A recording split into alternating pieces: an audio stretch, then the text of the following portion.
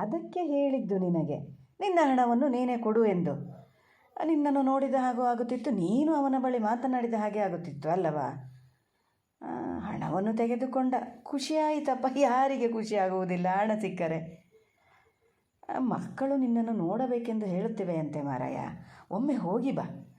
ಏನು ಹೇಳುವುದಿಲ್ಲ. ಏನು ಹೇಳಿದರೂ ಒಂದು ವೇಳೆ ನಿನ್ನ ಅಣ್ಣ ಅಲ್ಲವೋ, ಸುಧಾರಿಸಿಕೊಂಡರೆ ಆಯಿತು. ಹೋತೀನಿ ಸಂಜೀವಣ್ಣ. ಮತ್ತೆ ನನಗೆ ಹೆದರಿಕಾತು. ಕಳೆದ ವಾರ ಕೇಂಡಾಗ ಕೊಡೋಕ್ಕಾಗಿರ್ಲಲ್ಲ. ಈ ದುಡ್ಡು ಕೊಟ್ಟ ಮೇಲೆ ನೋಡೋಣ, ಸ್ವಲ್ಪ ಸಮಾಧಾನ ಆದಮೇಲೆ ಮುಂದಿನ ವಾರ ಹೋಗೋಕ್ಕೆ ಎಂತಕ್ಕೂ ಇದಾಗಿದೆ. ಇಲ್ಲಿ ಕೊನೆ ಮುಗ್ದಕ್ಕೂ ಸಣ್ಣಮ್ಮನ ತವ್ರ ಮನೆಗೆ ಹೋಗ್ಬೇಕಂತೆ ಹೇಳ್ಯಾರೆ ವಾಗೀಶಣ್ಣ. ಅಲ್ಲಿ ಕೊನೆ ತೆಗೆಸ್ಕೊಂಡಾರಂತೆ. ಒಂದು 4 ದಿನ ಅಲ್ಲಿಗೆ ಹೋಗ್ಬಲ್ಲಿ ಅಂತ ಹೇಳ್ಯಾರೆ. ನಾನು ಸಣ್ಣಮ್ಮ ಹೋಗ್ಬೇಕು. ಆಗಲಿ ಹೋಗಿ ಬಾ. ಖುಷಿಯಾಗ್ತದೆ ಮಾರಾಯ. ನೀನು ನೆಮ್ಮದಿಯಿಂದ ಇದ್ದೀಯಲ್ಲವಾ? ಎಲ್ಲಾದರೊಂದು ನೆಲೆ ಅಂತ ಕಂಡುಕೊಂಡರೆ ಸಾಕು ಮಾರಾಯ. ನೀನು ಅಲ್ಲಿ ಒಂದು ದಿನ ಇಲ್ಲಿ ಒಂದು ದಿನ ಇರುವುದು ನೋಡಿ ನನಗೆ ಬೇಸರವಾಗುತ್ತಿತ್ತು. ಅದು ಹುಡುಗರು ಜ್ಞಾನ ಮಾಡ್ತವೆ ಅಂತ ಕೇಳಿ ಒಂಥರ ಬೇಜಾರಾಗ್ತದೆ ಸಂಜೀವಣ್ಣ. ಅವಕ್ಕೆ ಭಾಳ ಆಸೆ. ತಾಯಿ ಎಂತ ಮಾಡಿದ್ರು ಇವು ಒಂಚೂರಾರು ತಂದು ನಂಗೆ ಕೊಡ್ಬೇಕು. ಮನೇಲಿ ಎಂಥ ತಿಂಡಿ ಮಾಡಿದ್ರು ಅವಕ್ಕೆ ಕೊಟ್ಟಿದ್ನಿ ಎಷ್ಟು ಸತಿ ಕೊಟ್ಟವೆ. ಹಾಗಾಗಿ ಅವು ಸುದ್ದಿ ಹೇಳಿದ್ನಲ್ಲ, ಎಲ್ಲಿದ್ರೆ ನಾನು ಕೇಳಕ್ಕೆ ಹೋತಿರ್ಲ ವಾಗೀಶಣ್ಣನ ಹತ್ರ, ಅವ್ರ ಹತ್ರ ದುಡ್ಡು ಅದೆಯೋ ಇಲ್ಲ ಅಂತ. ಹುಡುಗರಿಗೆ ಅನ್ನಲ್ಲ ಅಂತೇಳಿ ಕೇಂಡು ಕೊಟ್ಟಿದ್ದು. ಆಗಲಿ, ಚೆನ್ನಾಗಿರಲಿ ಮಾರ. ನನ್ನ ಕತೆ ಅಂತೂ ಹಿಂಗಾತು. ಮದುವೆ ಇಲ್ಲ, ಹಬ್ಬಿಲ್ಲ, ಮಕ್ಳು ಮರಿ ಇಲ್ಲ, ಅಣ್ಣನಾರು ಅವನಿದ್ದಾರು ಚೆನ್ನಾಗಿರಲಿ. ಎಂತ ಮಾಡೋದು? ಅದಕ್ಕೆ ಬೇರೆಯವರಾದರೂ ಅಣ್ಣ ಅಮ್ಮವನೇ ಅಲ್ಲನು. ಹೋಗೋಣ ಅಂತ ಕಾಣ್ತದೆ. ಬೇಡ, ಹೋಗಲ್ಲ. 2 ದಿವಸ ಬಿಟ್ಟೇ ಹೋಗ್ತೀನಿ. ಸಣ್ಣಮ್ಮವ್ರ ಮನೆಗೆ ಹೋಗಿ ಬಂದ ಮೇಲೆ ಹೋಗ್ತೀನಿ. ಹೋಗ್ಬೇಕು. ಹಾಗೆಯೇ ಮಾಡು. ಒಮ್ಮೆ ಎಂದಾದರೂ ಮಾತಾಡು ನಿನ್ನ ಅಣ್ಣನ ಬಳಿಯಲ್ಲಿ. ಅವನು ಪೇಟೆಗೆ ಬಂದಾಗ ನಿಮಗೆ ಸಿಗುವುದಿಲ್ಲವಾ? ಸಿಗ್ತಾನೆ. ಸಿಕ್ಕಿದ್ರೆ ಹೆದರಿಕೆ ಸಂಜೀವಣ್ಣ. ಎಂತ ಹೇಳ್ತಾನೇನೋ ಅಂತ ಹಾಗಾಗಿ ಮಾತಾಡಲ್ಲ. ಈಗೊಂದು ಕೆಲಸ ಮಾಡ್ತೀನಿ. ಸಣ್ಣಮ್ಮನ ಮನೆಗೆ ಹೋಗಿ ಬರ್ತೀನಲ್ಲ, ಹೋಗಿ ಬಂದವ ಮನೆಗೆ ಹೋಗಿ ಒಂದಿನಿದ್ದೇ ಬರ್ತೀನಿ. ಮನೆ ಬದಿ ಎಂಥರ ಕೆಲಸದವನ್ನು ನೋಡಿ ಮಾಡಿಕೊಟ್ಟು ಹೇಳ್ತೀನಿ ಸಣ್ಣಮ್ಮನ ಹತ್ರ. ಒಂದಿನ ಬರೋಲ್ಲ, ಅಲ್ಲೇ ಇರ್ತೀನಿ ಅಂತ. ಅವರೇನಲ್ಲ ಅನ್ನಲ್ಲ ಪಾಪ. ಭಾಳ ಒಳ್ಳೆ ಜನ ಸಂಜೀವಣ್ಣ. ಸಣ್ಣಮ್ಮದಾರಲ್ಲ, ಭಾಳ ಒಳ್ಳೆ ಜನ. ಈ ವಾಗೇಶಣ್ಣಗೆ ಅಷ್ಟು ಸುಲಭಕ್ಕೆ ನಾಕೆಂಡಕ್ಕೂ ಕೊಡ್ತಿರ್ಲ. ಅವರೇ ಹೇಳಿ ಕೊಡಿಸಿದ್ದು. ಅವ್ನು ಕೆಲಸ ಮಾಡಿದ ದುಡ್ಡು ಅವನಿಗೆ ಕೊಡಿ, ಅವ್ನು ಯಾರಿಗಾರು ಕೊಟ್ಕೊಂಡ್ಲಿ, ನಿಮಗೇನು ಅಂಥೇಳಿ ಅಂತೂ ಕೊಡಿಸೇ ಬಿಟ್ಟರು. ಇದು ಸಣ್ಣಮ್ಮಡ್ಡಿಲ್ಲ, ದೊಡ್ಡಮ್ಮನೇ ಸ್ವಲ್ಪ ಒಂಥರ ಮಾರ. ನಂಗೆ ಒಂದೊಂದು ಸತಿ ನೋಡಿದ್ರೆ ನಮ್ಮ ಅದಕ್ಕೆ ಮುಂದೆ ನೋಡ್ದಂಗೆ ಆಗ್ತದೆ. ಗುಂಡ, ಈ ಥರ ಮಾತ್ರ ಮಾತಾಡಬೇಡ ನೀನು. ಮನೆಯಿಂದ ಮೇಲೆ ಎಲ್ಲರೂ ಒಂದೇ ಸಮ ನೋಡಬೇಕು, ಗೊತ್ತುಂಟಾ? ಇಲ್ಲಿ ಹೇಳಿದೆ ಎಂದು ಬೇರೆ ಎಲ್ಲಾದರೂ ಹೀಗೆ ಹೇಳಿಗೀಳಬೇಡ ಮಾರಾಯ. ಅದೇ ದೊಡ್ಡ ಇದಾಗ್ತದೆ ಆಮೇಲೆ, ಅದು ಗೊತ್ತಾ ನಿಮಗೆ?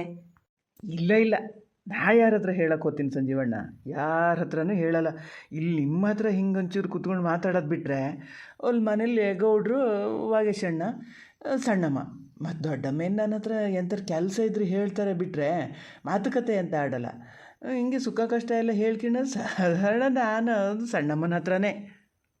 ಅದಕ್ಕೂ ಸಿಟ್ಟು ಮಾಡ್ತಾರೆ ದೊಡ್ಡಮ್ಮ. ಎಲ್ಲರೂ ಒಂಚೂರು ಅವ್ರ ಹತ್ರ ಮಾತಾಡ್ತಾನಿದ್ರೆ ಎಂತ ಮಾತಾಡ್ತಿದ್ದೀಯಾ, ನಿಂಗೆ ಮನೆ ಒಳಗೆ ಕೆಲಸ ಇಲ್ಲನೋ ಅಂತ ಕರೆದಾಗ ಹೋತು. ಪಾಪ ಹೋಗ್ತಾರೆ, ಕರೆದು ಕೂಡಲೇ ಹೋಗ್ತಾರೆ ಸಣ್ಣಮ್ಮ.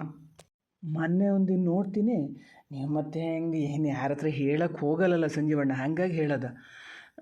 ಈಗ ಒಂದು ವಾರ ಆಗಿದೆ.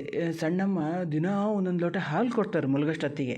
ಹಗಲಿಡೀ ಕೆಲಸ ಮಾಡ್ತಿರ್ತೀಯ, ಕತ್ಲೆಯಲ್ಲಿ ಮತ್ತೆ ಮಾಡ್ತೀಯ, ಸುಸ್ತಾಗಲ್ಲನು ನಿಂಗೆ ಅಂಥೇಳಿ ಹಾಲು ಎಂಥಾರು ಹಣ್ಣು ಎಲ್ಲ ಕೊಡ್ತಾರೆ.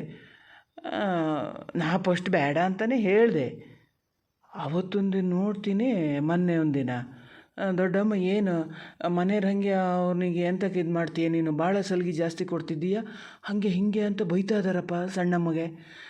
ನನಗೆ ದೇವರೇ, ಅವ್ರ ಹಾಲು ಬೇಡ, ಎಂಥದ್ದು ಬೇಡ, ಎಂಥ ಕಾರು ಇವ್ರು ಕೊಡ್ತಾರಪ್ಪ ಅಂತ ಕಾಣ್ತದೆ. ನೆಟ್ಟಗೊಂಚೂರು ಮಾತಾಡ್ತಾ ನಿಲ್ಲಂಗಿಲ್ಲ, ಬೈದಾತು ಬಂದು. ಇಲ್ಲಂತ ಮಾತಾಡ್ತಾ ನಿತ್ಯ ಒಳಗೆ ಹೋಗಬಾರ್ದನು ಅಂತ ಥರ ಪಾಪ ಸಣ್ಣಮ್ಮ. ಹೌದಾ?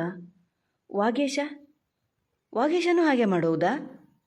ಹಾಗೆ ಅಂದರೆ ಹೆಂಗೆ ಸಂಜೀವಣ್ಣ?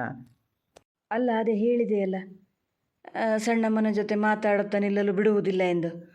ವಾಗೀಶನು ಹಾಗೆ ಮಾಡುತ್ತಾನಾ? ಇಲ್ಲ ಇಲ್ಲಪ್ಪ, ಛೇ, ವಾಗೇಶಣ್ಣ ಹಂಗೆ ಮಾಡಲ್ಲ. ಎಂತ ತಿನ್ನೋದಾಗಲಿ ಕುಡಿಯೋದಾಗಲಿ ಅವರೇ ಫಸ್ಟು ಕರೆದು ಇದು ಮಾಡ್ತಿರ್ತಾರೆ. ವಾಗೇಶಣ್ಣ ಹಂಗೆ ಅಂತ ಇದು ಮಾಡಲ್ಲ. ಎಂಥದ್ದಾದರೂ ಆಗಲಿ, ನೀನು ಸ್ವಲ್ಪ ಹಾಗೆ ನಿಂತು ಮಾತಾಡುವುದೆಲ್ಲ ಕಡಿಮೆ ಮಾಡಿಬಿಡು. ಯಾಕೆ ಸುಮ್ಮನೆ ಮನೆಯಲ್ಲಿ ದೊಡ್ಡವರ ಮನಸ್ಸಿಗೆ ಸಿಟ್ಟು ಬರಿಸಬೇಕು ಅಲ್ಲವಾ? ಯಾಂತ ಮನೇಲಿ ಇದ್ದ ಮೇಲೆ ಮಾತಾಡ್ತಾ ಇರೋಕ್ಕಾಗ್ತದ ಸಂಜೀವಣ್ಣ? ಅವ್ರು ಅದಕ್ಕಂತಲೇ ಅಲ್ಲ, ಎಂತಕಾರು ಶ್ವಾಸಿಗೆ ಬೈತಾನೇ ಇರಬೇಕು. ನಾನು ಒಂದು ದಿವಸ ಅವ್ರ ಗನಾಗ ಮಾತಾಡಿದ್ನ ಆಲೇಸ್ಲ.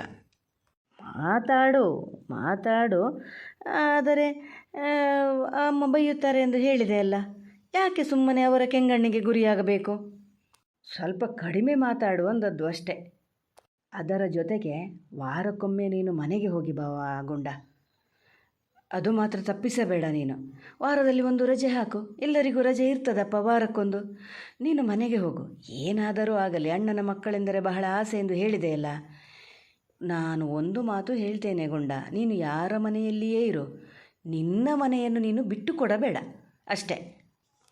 ಹ್ಞೂ ಸಂಜೀವಣ್ಣ, ಹಂಗೆ ಮಾಡ್ತೀನಿ, ಅದಕ್ಕೇನಿದಿಲ್ಲಪ್ಪ.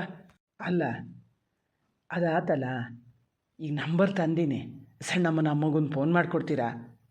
ಬೇಡ ಬೇಡ ಗುಂಡ, ನೀನು ಅದಕ್ಕೆಲ್ಲ ತಲೆ ಕೆಡಿಸಿಕೊಳ್ಳಲು ಹೋಗಬೇಡ. ಫೋನ್ ಅವರ ಮಗಳ ಕೈಯಲ್ಲಿ ಮನೆಯಲ್ಲಿ ಇದೆಯಲ್ಲ, ಮಾತನಾಡುವುದಾದರೆ ಮಾತನಾಡುತ್ತಾರೆ. ಇಲ್ಲಿ ನನ್ನ ಫೋನಿಂದ ಯಾಕೆ ಮಾತಾಡುವುದು ಹೇಳು? ಇವರ ಮನೆ ವಿಚಾರ ಏನಾದರೂ ಅವರ ಬಳಿ ಹೇಳಲು ಅಲ್ಲವೋ? ಬೇಡ, ಆ ಕೆಲಸ ಮಾತ್ರ ಮಾಡಬೇಡ. ಮೊನ್ನೆಯೇ ಹೇಳಿದ್ದೇನೆ ನಾನು. ಅವರವರು ಎಂದೆಂದಿಗೂ ಒಂದೇ. ಮಧ್ಯೆ ಮಾತಾಡಿದವರು ಸಿಕ್ಕಿ ಹಾಕಿಕೊಳ್ಳುವುದು, ಅದು ಗೊತ್ತಾ ನಿನಗೆ? ನೀನಂತೂ ಸಿಕ್ಕಿ ಹಾಕಿಕೊಳ್ಳುವೆ. ನನ್ನನ್ನು ಮಧ್ಯೆ ಎಳೆದು ತರಬೇಡ. ನನ್ನ ಫೋನಂತೂ ನಾನು ಕೊಡುವುದಿಲ್ಲ ಗುಂಡ, ಯಾವತ್ತಿಗೂ. ಆ ವಾಗೇಶ ಮೊದಲೇ ಮುಂಗೋಪಿ. ಹಂಗಾರೆ ಬೇಡ ಬಿಡಿ. ನೀವು ಇಷ್ಟು ಹೇಳ್ತೀರಿ ಅಂದರೆ ಏನಾದ್ರು ಸರಿಯಾಗೇ ಇರ್ತದೆ. ನಾ ಇನ್ನು ಫೋನ್ಗಿನ ಅಂತ ಕೇಳೋಕ್ಕೆ ಬರಲ್ಲ ಬಿಡಿ. ನಂಗಿನ್ನು ಹೊತ್ತಾತು, ಹೊಳ್ತೀನಿ. ಎಂಥದಾರಾಗಲಿ ನೀವು ಒಂಥರ ಯಾವ್ದು ತಪ್ಪು ಯಾವ್ದು ಸರಿ ಅಂತ ಹೇಳ್ತೀರಲ್ಲ, ಅದೇ ಒಂದು ಖುಷಿ. ಇಲ್ಲಿ ಬಂದು ಕೂತ್ಕೊಂಡು ಮಾತಾಡ್ದಂಗೆ ನಾ ಎಲ್ಲೂ ಮಾತಾಡಲ್ಲಪ್ಪ. ಹೌದು, ಹೊರಡು ಹೊರಡು. ತುಂಬ ಹೊತ್ತು ಇಲ್ಲೇ ಕೂರುವುದು ಬೇಡ ಮಾರಾಯ.